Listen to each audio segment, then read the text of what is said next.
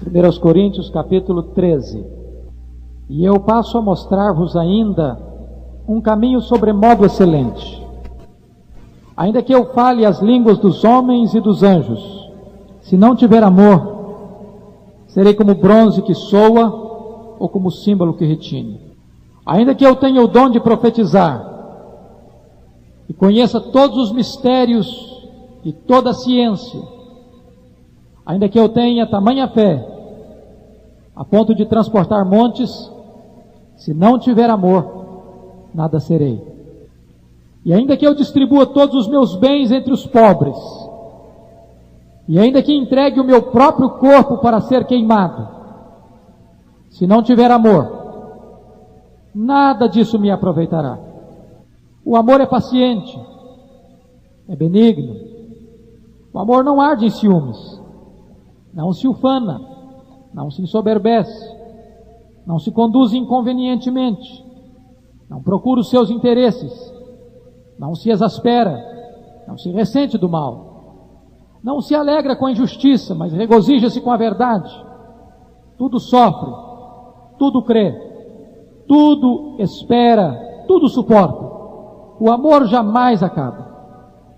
Mas havendo profecias, desaparecerão. Havendo línguas, cessarão. Havendo ciência, passará. Porque em parte conhecemos e em parte profetizamos. Quando, porém, vier o que é perfeito, então o que é em parte será aniquilado. Quando eu era menino, falava como menino, sentia como menino, pensava como menino. Quando cheguei a ser homem, desisti das coisas próprias de menino.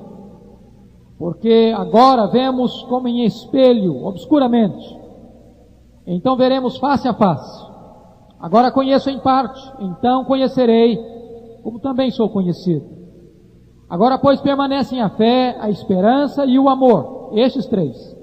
Porém, o maior destes é o amor. Amém. Nós vamos meditar sobre o tema, a superioridade do amor em relação aos dons. A superioridade do amor em relação aos dons. O que é o amor? Esta palavra tão abstrata, o que significa amor? Muitas pessoas relacionam amor com emoção. Quando o coração bate forte, quando as mãos ficam geladas, quando dá um calafrio na espinha, as pessoas pensam, isso é amor. Outras pessoas relacionam amor com um sentimento romântico, com aquele sentimento platônico, com o amor dos poetas, e aquele amor apenas sentimental, apenas filosófico, apenas romântico. Muitas pessoas associam amor com isso. Mas o que é amor? Outros hoje associam amor com atração ou impulso passional, uma paixão inflamável, indomável.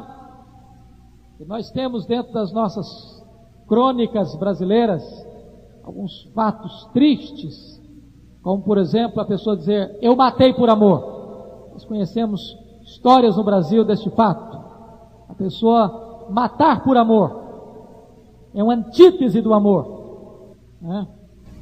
Ou há pouco tempo, alguns anos melhor dizendo, eu fui procurado por um senhor, ainda jovem, casado, e ele me relatava que pegou o telefone, ligou para uma pessoa, e que numa conversa de 10 minutos, houve sem que ele visse essa pessoa antes, uma atração tão forte pela pessoa do outro lado da linha, e ele casado, a outra pessoa também casada, e os dois começaram uma aventura a partir daquele telefonema, e os dois casamentos foram destroçados. Seria isso amor?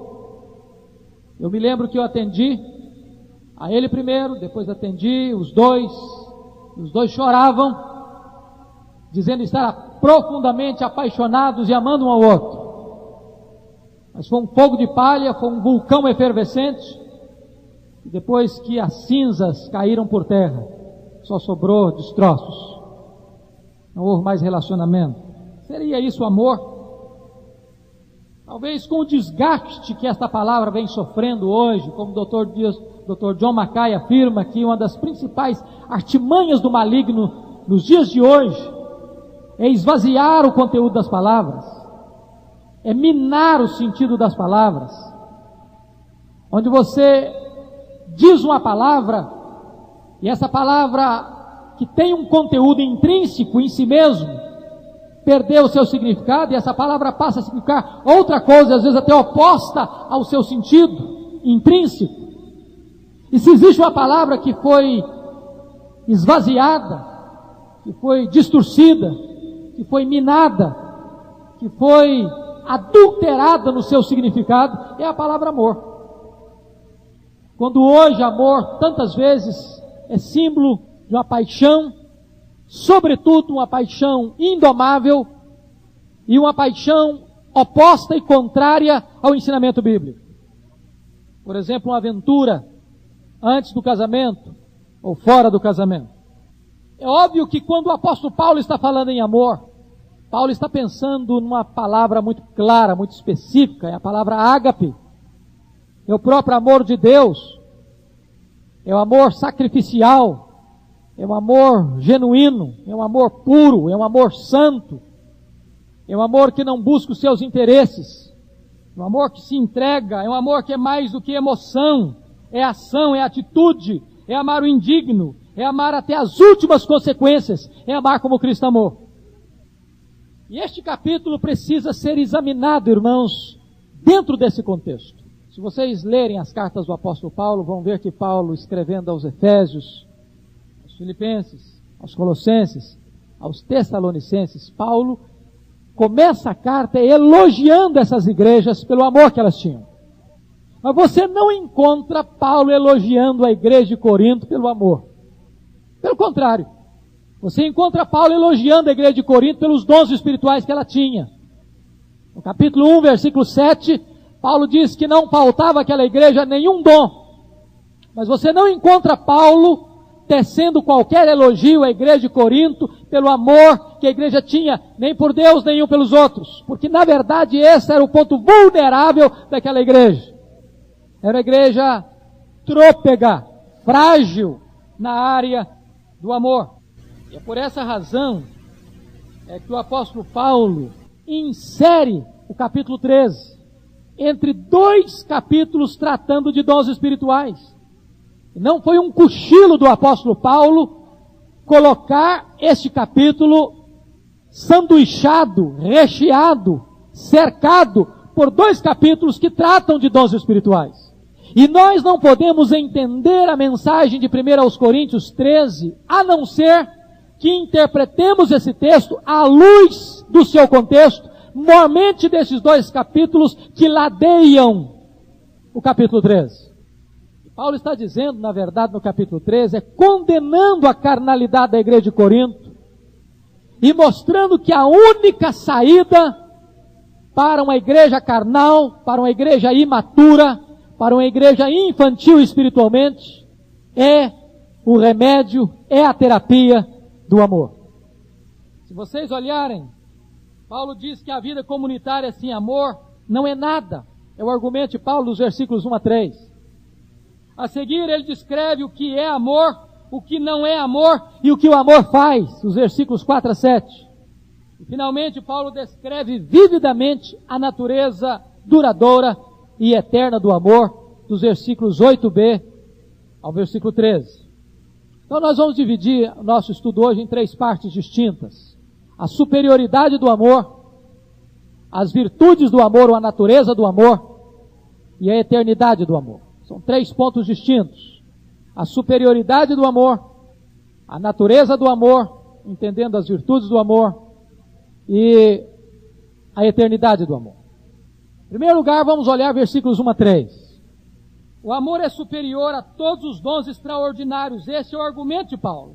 Vejam bem que vocês estão olhando o contexto do capítulo 12, em que a igreja estava muito orgulhosa de alguns dons que ela possuía. Maiormente os dons chamados dons de sinais, os dons extraordinários, ou os dons de milagres. E a igreja estava acreditando que quem possuía esses dons, possuía uma qualificação superior de vida espiritual. Era um crente de primeira categoria. Era um crente distinto dos demais. Era um crente que havia alcançado um estágio mais elevado na sua relação com Deus. Então eles estavam orgulhosos, eles estavam vaidosos, eles estavam ensimesmados e ensoberbecidos pelos dons que a igreja possuía. E Paulo vai desmistificar esse equívoco deles, mostrando que o amor é superior aos dons. O amor é melhor do que o dom de línguas, versículo 1. O amor é melhor do que o dom de profecia e do conhecimento, no versículo 2. O amor é melhor do que o dom de milagres, no versículo 2.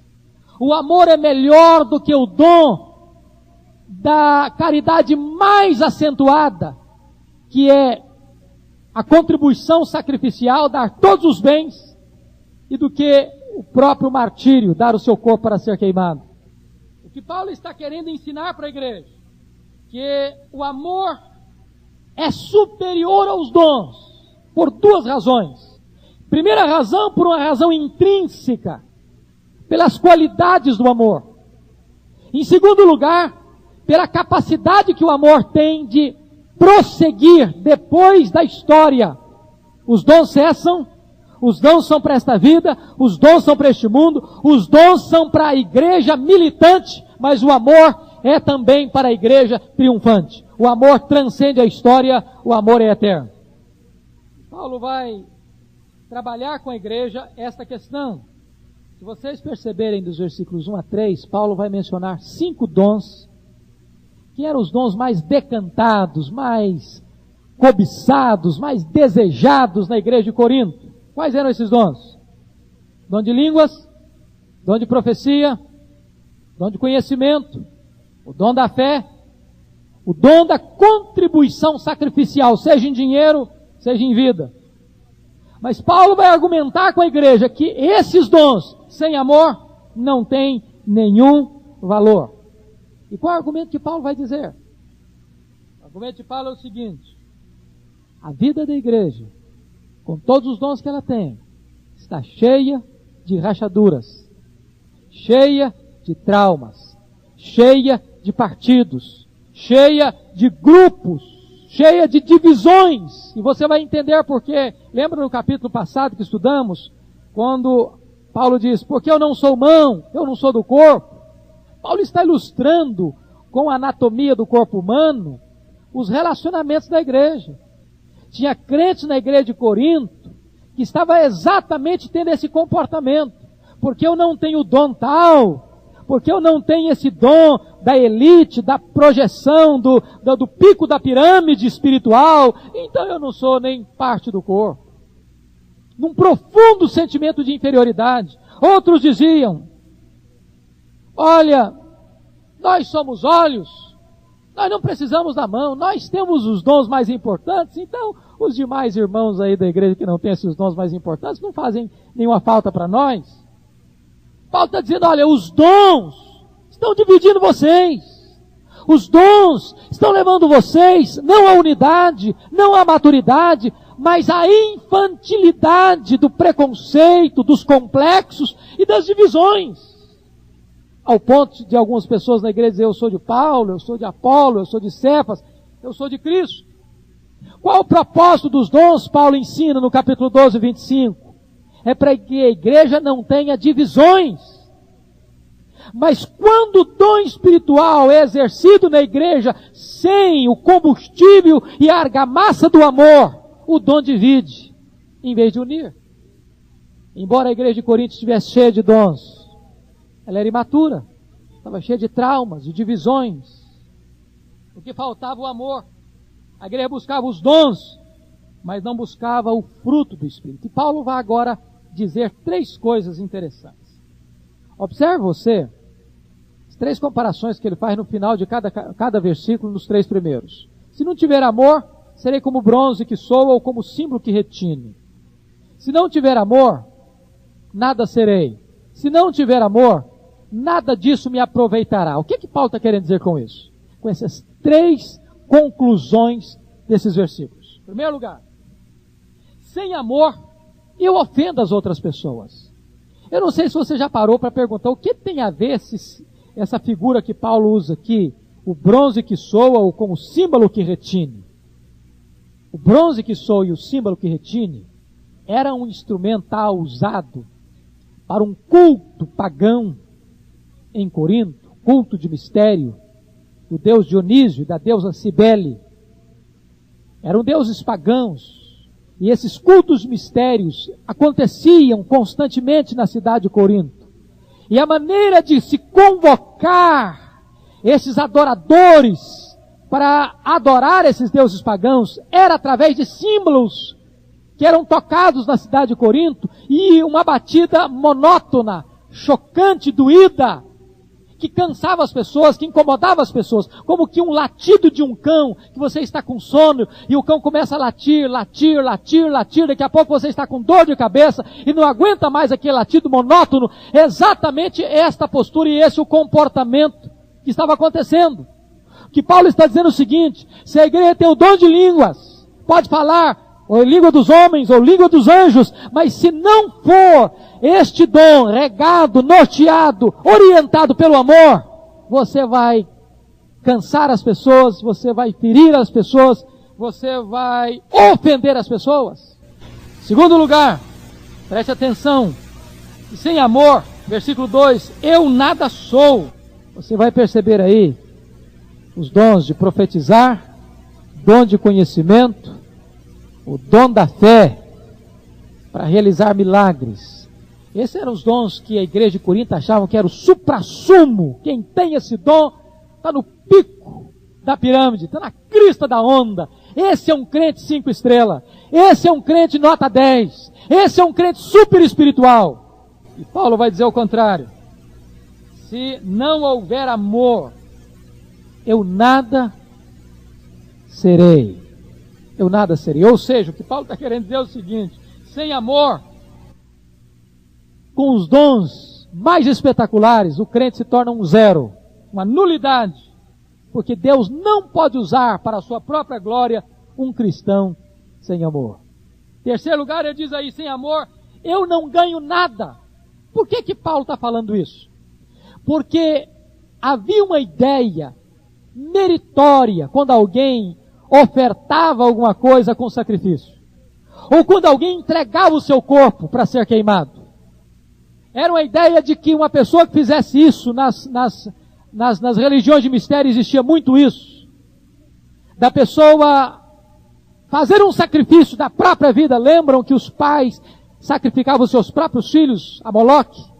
E entregavam os seus próprios filhos, e muitas pessoas entregavam-se a si mesmas, achando que com isso estava granjeando a simpatia dos deuses, estava granjeando a bem-aventurança eterna. Isso não era lá do passado, não. Nós estamos vivendo isso hoje. Aqueles pilotos que entraram naquelas 2 aeronaves americanas para fazer daquelas aeronaves mísseis, lançando aqueles 2 aviões sobre as 2 torres gêmeas do World Trade Center. O que vocês acham que tinha na cabeça daqueles suicidas? O que inspirava aqueles suicidas? Será que era apenas ódio? Será que era apenas um espírito de vingança? Ou existia por trás desta atitude uma lavagem cerebral do que aquele que se entrega para uma causa como esta vai ser uma pessoa bem-aventurada num paraíso ou numa eternidade ou num lugar que eles entendem ser o lugar de bem-aventurança? É óbvio que essas pessoas foram trabalhadas numa lavagem cerebral de que este ato é o ponto culminante da consagração à divindade que eles adoram e que este é o ponto mais alto da bem-aventurança. E Paulo já naquela época alertava o seguinte, que ainda que a pessoa seja capaz de dar todos os seus bens e entregar o seu próprio corpo para ser queimado, se isso não for inspirado por uma motivação certa, por uma teologia certa, pelo amor, nada disso adianta. A pessoa perde completamente o sacrifício que fez. Não vale nada. A primeira coisa que Paulo ensina então é que o amor é superior aos dons.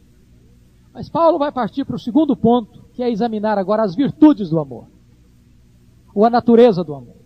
Primeiro, Paulo vai dizer o que é o amor. Segundo, ele vai dizer o que não é o amor.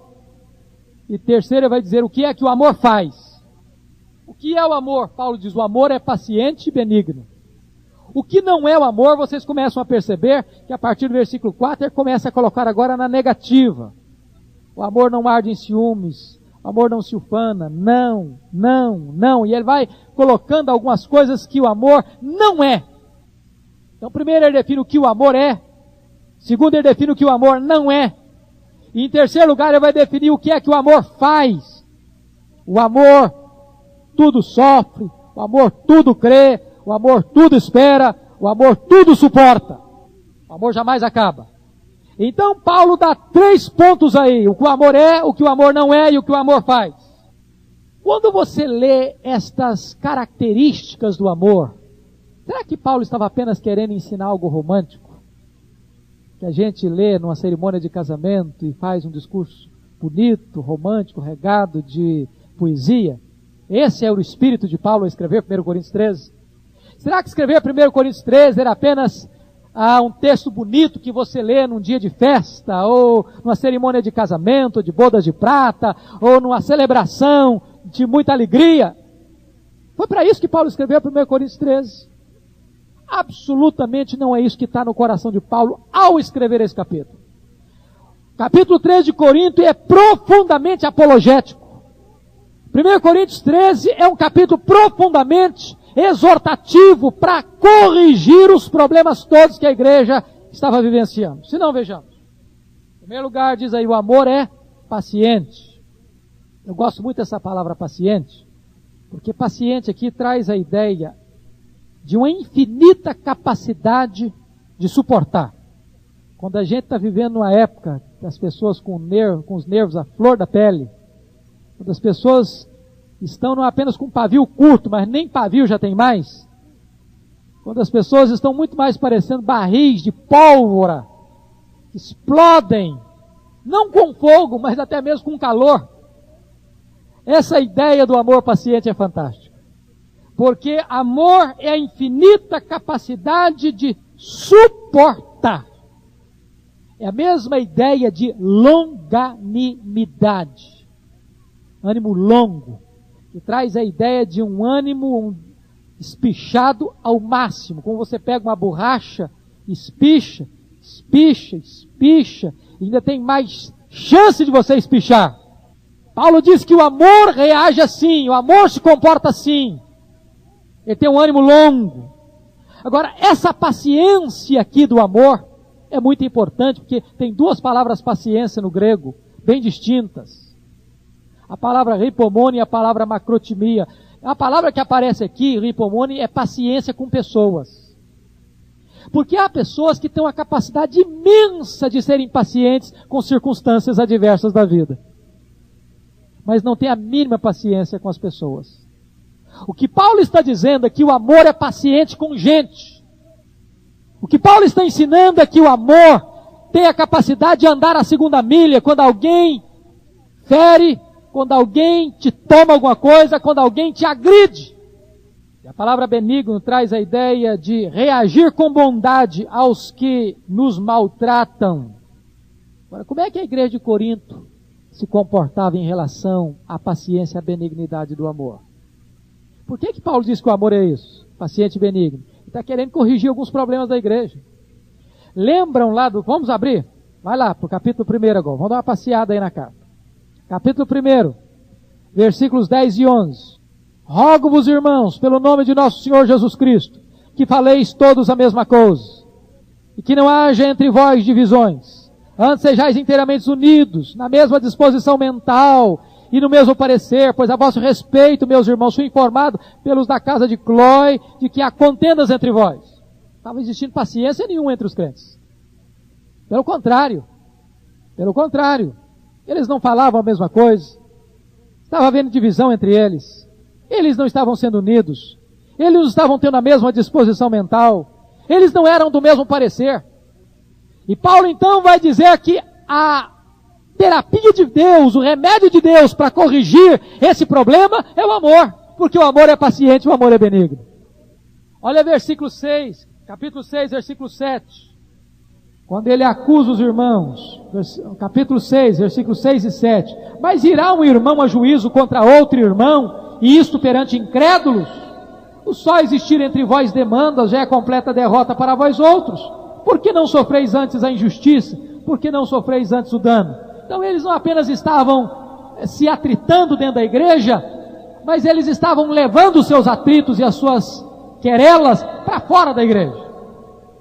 Remédio para solucionar esse pecado, esse problema, o amor. O amor é paciente e é benigno.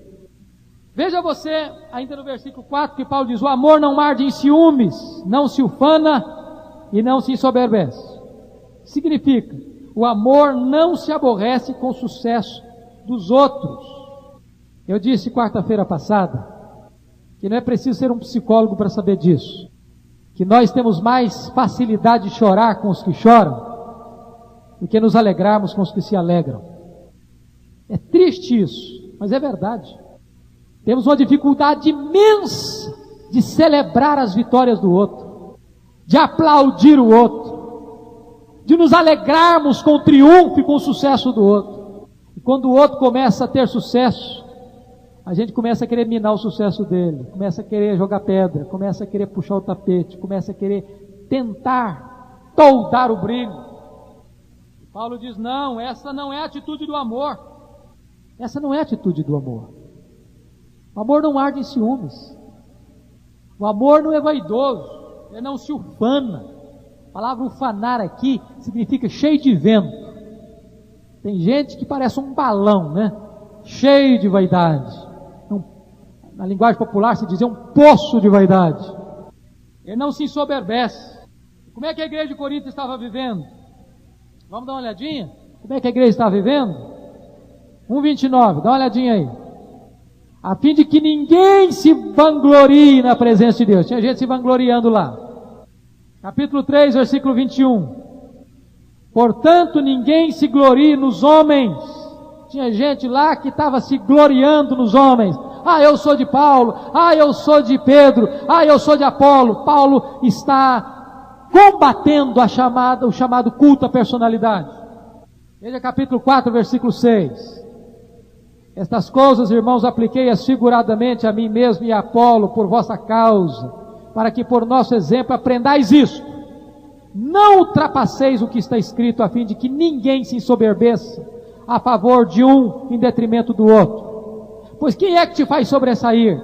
E que tens tu que não tenhas recebido? E se o recebeste, por que te vanglorias, como se não o tiveras recebido? Paulo está dizendo: olha, esse é o problema que está existindo na igreja. Soberba, vaidade, gente fazendo aí culto à personalidade, botando alguém no pedestal, projetando alguém e colocando os holofotes em cima dele. Isso é o contrário do amor. O amor não tem ciúmes, não é o meu grupo que é melhor, não é o grupo do outro. Nós somos uma família, nós somos um corpo. Se um membro sofre, os outros sofrem com ele. O amor não se conduz inconvenientemente, nem procura os seus próprios interesses. O egoísmo é a antítese do amor. Há uma frase que não é minha, eu gosto muito e repito muito. O amor não é egocentralizado. O amor é outro centralizado. Ele não visa os seus interesses. E meus irmãos, aqui está a cura de Deus para as nossas relações. Por que nós temos contendas dentro de casa? Você nunca tem uma contenda dentro de casa quando você está brigando pelo interesse do outro, tem? Você só tem uma contenda quando você está brigando por interesse seu. Quando o egoísmo está na frente, quando o eu está na frente. Agora, quando você coloca a causa do outro, a necessidade do outro na frente da sua necessidade, não tem contenda, não tem briga, não tem conflito. E é isso que Paulo está querendo ensinar para a igreja. E como é que a igreja de Corinto vivia isso? Lembram do capítulo 11? Na ceia? Eles se reuniam, os ricos de um lado, os pobres do outro lado. Uns comiam demais, outros passavam fome, outros se embriagavam, outros ficavam com vontade de beber pelo menos um quisuco, e não tinha nada para beber, enquanto os outros bebiam vinho do porto, se embriagavam. E Paulo diz: não, irmãos, vocês precisam aprender que o amor não visa os seus próprios interesses. Quando Paulo escreve esse capítulo 13, ele escreve esse capítulo 13 para trazer o remédio de Deus para curar os problemas da igreja. Versículo 5 ainda, ele diz: o amor não se exaspera e nem se ressente do mal. O que significa isso? Que o amor não é melindroso, está predisposto, ele não está predisposto a ofender-se. O amor está sempre pronto a pensar o melhor das outras pessoas. Vamos admitir a nossa fragilidade nessa área? Como nós somos sensíveis, não? Como às vezes nós somos como aquele... Eu fui criado na roça e eu não lembro o nome do mato, mas eu lembro que quando eu era criança, às vezes ia para a roça, tinha uma planta que você encostava o dedo nela, ela se encolhia todinha. Ela fechava a planta, fechava a folha. Às vezes nós somos assim, encostou, a gente se fecha. Dormideira. É como um cristal que tocou, quebra com muita facilidade. E eu nunca me esqueço, quando há 23 anos eu ouvi um dos maiores expositores bíblicos do século XX, Ray Stedman, já falecido, falando que orgulho, ou melhor, não é isso que ele falou não, ele falou que hipersensibilidade nada mais é do que orgulho. Uma pessoa sensível demais é um poço de orgulho. É um poço de orgulho. E como se corrige isso? Se corrige isso através do amor, que não se exaspera, que não se ressente do mal. Às vezes tem pessoas que você faz isso aqui, e ela guarda aquilo, e carrega, e passa a vida inteira carregando aquela mágoa, carregando aquela amargura, e daqui a 10 anos vai conversar com ela, ainda está queixando, ainda está amarga, ainda está azeda, por um probleminha que aconteceu não sei quantos anos atrás. O amor não se ressente do mal. Como é que era a igreja de Corinto? Você perceber, os irmãos estavam levando uns aos outros aos tribunais seculares, brigando, fazendo injustiça, criando confusão e levando seus conflitos e tensões para fora da igreja. Veja o versículo de número 6. O amor não se alegra com a injustiça, mas regozija-se com a verdade. Como é que estava acontecendo na igreja de Corinto? Capítulo 5. Havia impureza na igreja, pior do que na sociedade corrompida de Corinto.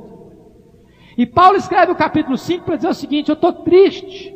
Não é simplesmente pelo fato de um rapaz dormir com a sua madrasta. O que eu estou triste não é apenas pelo pecado da infidelidade conjugal, ou pelo pecado do desrespeito ao pai. Eu estou triste com a reação da igreja, diz Paulo. Porque a igreja, em vez de se entristecer, de lamentar e de chorar por causa daquela prática abominável, diz a Bíblia que a igreja estava ensoberbecida por causa do pecado. E Paulo diz: irmãos, o amor não se conduz inconvenientemente. O amor não pratica injustiça. O amor se regozija com a verdade. E agora Paulo vai falar o que o amor faz. O amor tudo sofre, tudo crê, tudo espera, tudo suporta. Agora, será que estava existindo tolerância na igreja de Corinto? O amor tudo sofre. Mas lá na igreja de Corinto não estava acontecendo isso. Lembram vocês que o apóstolo Paulo, no capítulo 8, 9 e 10, falando de liberdade cristã, ele estava dizendo que alguns irmãos estavam usando mal a liberdade e não agindo com amor e fazendo tropeçar o irmão fraco por quem Cristo havia morrido. O que significa que o amor tudo sofre? Significa que você, por amor ao seu irmão, abre mão de um direito que você tem em favor do seu irmão. Que a ética cristã não é regida simplesmente pelo conhecimento que você tem ou pela consciência que você tem, mas a ética cristã é regida também pelo amor. Ainda que você vai fazer uma coisa que para você não tem nenhum problema, se isso vai agredir, ferir ou escandalizar o seu irmão, você não deve fazer, você abre mão para que o seu irmão não fique escandalizado, ou não se choque, ou não venha tropeçar. Ele tudo sofre. O amor, Paulo vai dizer que ele tudo crê. Se você perceber, no capítulo 4, a igreja de Corinto estava entrando num processo de condenação ao apóstolo Paulo, de duvidar do apostolado do apóstolo Paulo, dando créditos a pessoas mentirosas que estavam vindo negar a autenticidade do ministério de Paulo e dando crédito a falsos apóstolos dentro da igreja. Paulo está dizendo naquela igreja que a igreja regida pelo amor, ela crê naquilo que ela recebeu da parte de Deus. Ela recebe da parte de Deus a verdade, não abre mão da verdade, ainda que essa verdade sofra ataque de todos os lados. E agora, irmãos, o apóstolo Paulo vai mostrar para nós, ponto final dessa meditação, que é trabalhar a eternidade do amor. Ele falou que o amor é superior, ele falou das qualidades excelentes do amor, mas agora ele vai fechar o seu argumento dizendo o seguinte: o amor é superior aos dons, porque os dons são passageiros e o amor é eterno. Versículos 8 a 13, preste atenção aí. O amor tudo suporta, o amor jamais acaba. Mas havendo profecias desaparecerão, havendo língua cessarão, havendo ciência passará. Veja que Paulo está citando aí os 3 dons que ocupavam o topo da lista dos dons espirituais da igreja. Que dons eram esses? Línguas, profecia e conhecimento. Para eles, dom de línguas era o dom principal. E Paulo precisa articular a sua teologia nos capítulos 12, 13 e 14 para provar que as línguas, o dom de línguas, variedade de línguas é o dom menos importante na listagem. Segundo, o dom de profecia. Paulo enaltece o dom de profecia, que é a exposição da palavra de Deus, que é a pregação da palavra de Deus.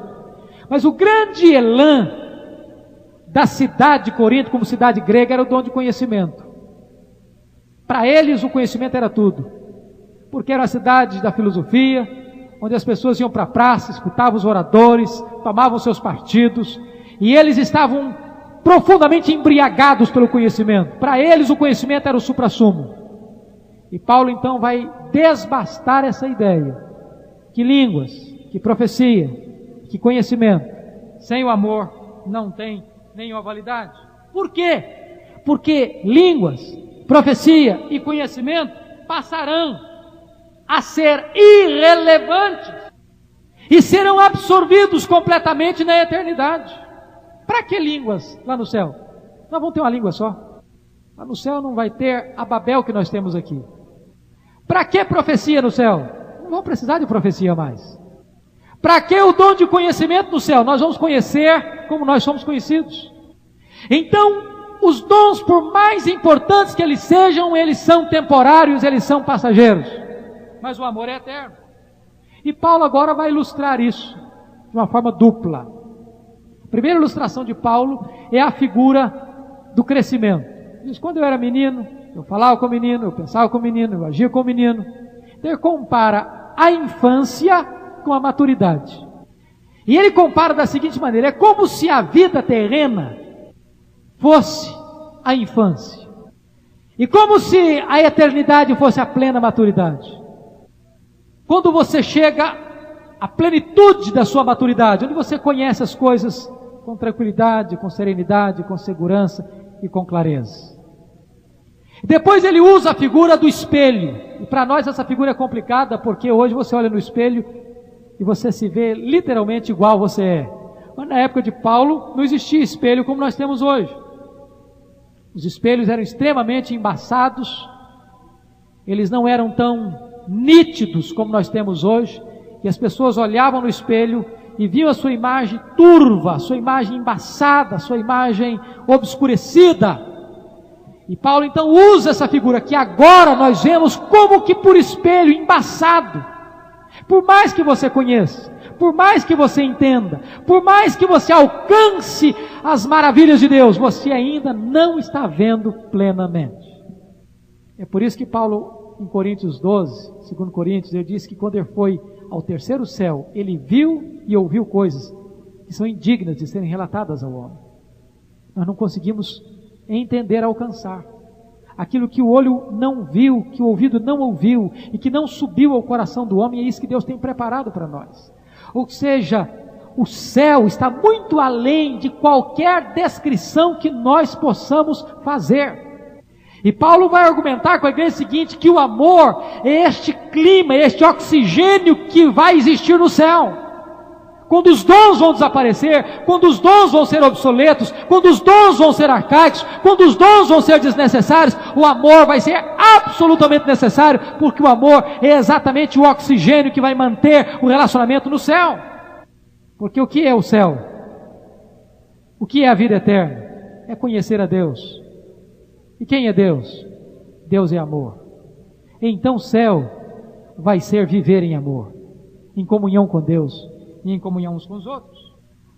Veja você que Paulo diz, então nós conheceremos como também somos conhecidos. Conhecidos por quem? Conhecidos por Deus. Eu pergunto a você, o conhecimento de Deus é parcial? Deus conhece você parcialmente? Não, absolutamente não. O conhecimento de Deus é completo. Eu não me conheço completamente. Os gregos diziam, conhece-te a ti mesmo. Coitados dos gregos. Até hoje nós estamos tentando. O homem não se conhece. Alex Carrel, grande sociólogo, escreveu um livro famosíssimo no mundo. O homem, esse desconhecido. Ele não se conhece. Nós não nos conhecemos. O homem conhece muito. O homem vai à lua, o homem devassa o espaço sideral, o homem conhece os mistérios da ciência, o homem descobre o macrocosmo, o microcosmo, o homem é um gigante, mas o homem é um ilustre desconhecido dele mesmo. Você já escutou aquela conversa, de repente você está conversando com seu amigo e diz, eu tenho medo de mim mesmo? Tem hora que você tem medo de você mesmo. Sabe por que você tem medo de você mesmo? Porque você não se conhece. Você não conhece os seus limites. E Paulo diz que agora é assim mesmo, você não se conhece. Você conhece limitadamente, parcialmente. Mas quando você chegar à maturidade, quando você chegar no fim, quando nós estivermos na eternidade, quando tudo aqui acabar, o amor vai continuar reinando e nós vamos conhecer como nós somos conhecidos plenamente. Vamos ver como por espelho, agora sem embaçamento, face a face, espelho verdadeiro, genuíno. Concluindo, queridos, Paulo diz, agora permanecem as 3 virtudes cardeais, a fé, a esperança e o amor. Estes 3, mas o maior desses é o amor. Sem amor, não há cristianismo. Você pode ser ortodoxo, mas se você não tiver amor, você não é um cristão. O apóstolo João diz que aquele que não ama ainda permanece aonde? Nas trevas. Nas trevas. Quem permanece nas trevas é aquele que ainda não nasceu de novo. Jesus disse que nisto conhecerão que sois meus discípulos.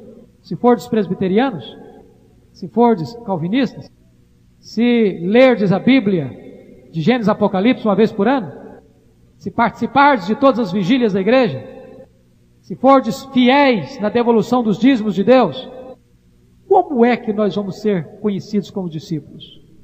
Disse Jesus, nisto conhecerão todos que sois meus discípulos, se tiverdes amor uns pelos outros. Paulo está trazendo uma saída para a igreja. A única resposta para uma igreja madura é a prática do amor. E é por isso que Jesus disse que o principal mandamento é esse, amar a Deus e amar ao próximo. Nisto se resume toda a lei de Deus. Quem ama, cumpriu a lei.